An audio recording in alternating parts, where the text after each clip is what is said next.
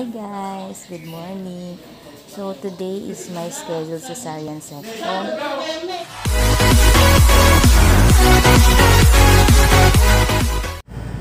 Hi. Nakaraos na rin po ako.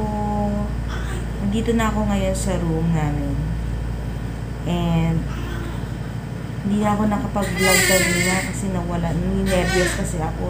So, kukwento ko na lang. Bali, 5 o'clock a.m. Mga 5:30, malis na kami sa bahay. Tapos, nakarating kami dito. Mga 5:45, ganun. Then, ang procedure is, niyak si baby.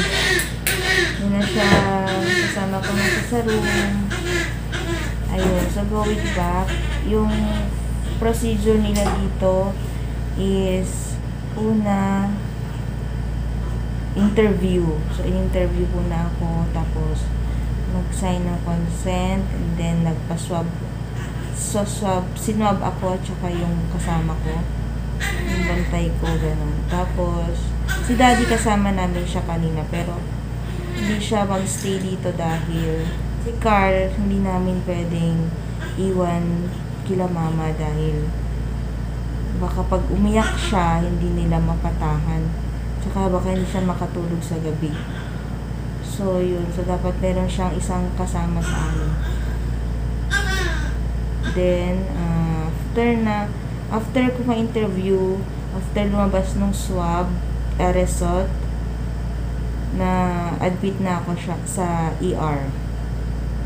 So, sa ER, tinusukan na ako ng dextrose, tapos, may binigay sa akin na pillow, na isang pillow, and then yung kit, tawag dito, hospital kit, admission kit pala, tawag dito.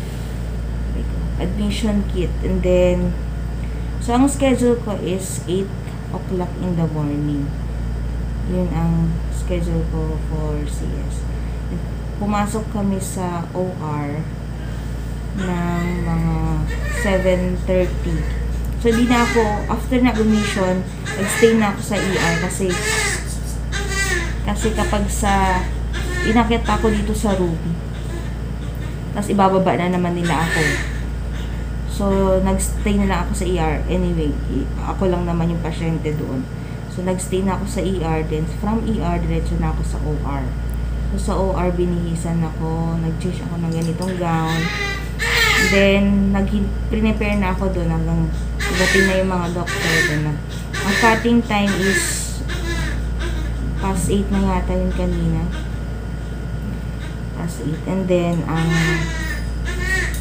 aking baby out is 8:38 ng umaga. 8:38 a.m. So, ayun. Mabilis lang yung procedure. Mabilis kasi gumawa yung OB ko. At saka yung anesthesiologist ko is mabilis lang din siyang nag-induct. 8:38 yung aking baby out. Ayun. So, medyo may konting problema lang kay baby, pero okay naman siya, healthy naman siya. Ayan, saka ko nasasabihin sa inyo yung about kay baby. Yes. After isang oras, nilabas na ako sa OR, dinala na ako sa recovery room. So, sa recovery room, under spinal anesthesia pala ako. So, hindi ko maigalaw yung dito, yung from here, dito hanggang sa paa. Hanggang sa paa. Hindi ko maigalaw. Tapos, sa recovery room, nung nasa recovery room na ako, pinipilit ko talagang igalaw yung mga paa ko kasi pag naigalaw ko na yung paa ko, saka lang ako maililipat dito sa room. So, ayun. Then, pagkalipat sa akin sa recovery, dumating na rin si baby. So, kasama ko si baby. Yan. Sa recovery room kanina. So, naka-dextrose din siya kasi hindi pa siya nag-feed. Tsaka mayroon nga siyang problema sa, sabihin ko na nga, mayroon siyang cleft lip and cleft palate. Yun. So, medyo emotional kami kasi hindi namin ina-expect. na ganun ang condition niya. Saka, hindi nakita ng OB sa ultrasound na ganun ang condition niya. So, mamaya, nirefer na siya sa ENT doctor. Mamaya, bibisitahin siya. So, ayun. So, lahat kami emotional. Si mama, si Lem, ako. Ayun. So, unexpected kasi talaga. Pero okay naman kami. Okay na kami. Accepted naman. Blessing naman siya. Ayun. So, tsaka healthy siya. Yun lang ang maganda. Healthy siya. Kung naigagalaw ko na yung aking paa, nila ako dito sa room. Spinal anesthesia ka, once naigalaw mo na yung paa mo, pwede ka nang ilipat sa room. So, ibig sabihin na yung nag-wear off na yung anesthesia mo. So, meron na rin akong pain na nararamdaman. Pero ang aking pain reliever is mamaya pa daw alas 6 p.m. pa. Pero tolerable pa naman yung pain. Kaya ko pa naman. Di pa naman siya masyadong masakit. Masakit. So, flat in bed din ako ngayon. Kasi pag spinal anesthesia din, dapat naka-flat on bed ka. Flat on bed. For 6 hours. So, ayun.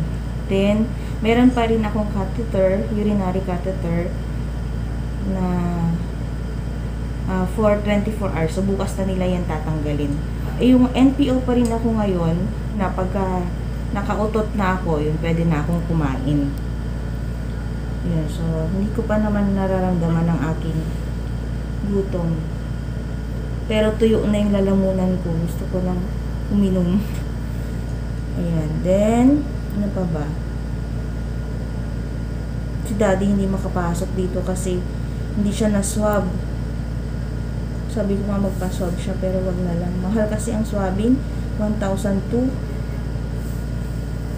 Tapos dalawa kami. So, 2,400 ang binayaran namin kanina. So, nakatulog ako kanina sa OR habang inooperahan ako. Then, nung nag-sink in na sa akin na may cleft lip and palate si baby, parang nawala yung antok ko. Yan, nandito na ito si Dr. Mahira po? Yes po. Mamaya po mama. Alas 4. Yung pain reliever. Sige. Ano yan? Bibigay mo? Ranitidine po. Sige. Tsaka metapon pa. Okay. Wait. Medyo masakit na kasi. Pero tolerable pa naman. So, ayun. So, magbibigay na sila ng gamot ko. Dahil hindi pa ako kumakain. Ayun. Tapos kanina, nabigyan na ng BCG vaccine and Hepa B vaccine si baby. Dito na nila binigay sa room. Ayun. Then, nakapupo na rin siya. First pupo niya. At gutom na rin siya dahil NPO pa siya ng 4 hours. Bibigyan na ako ng gamot.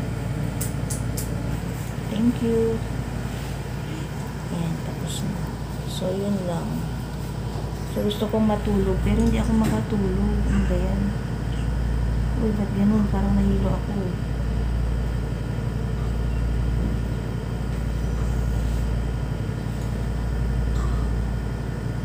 Si baby, gutom na siya. Minengat-ngat na niya yung kanyang kanyang mittens. Pero meron naman siyang dextrose. Ay, ba't gano'n? Nakapti. Nakapti yung gamot. Nakapti. Ayun. So, update ko ulit kayo mamaya kasi darating yung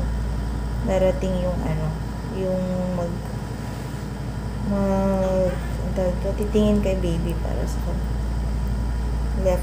cleft lip and palate.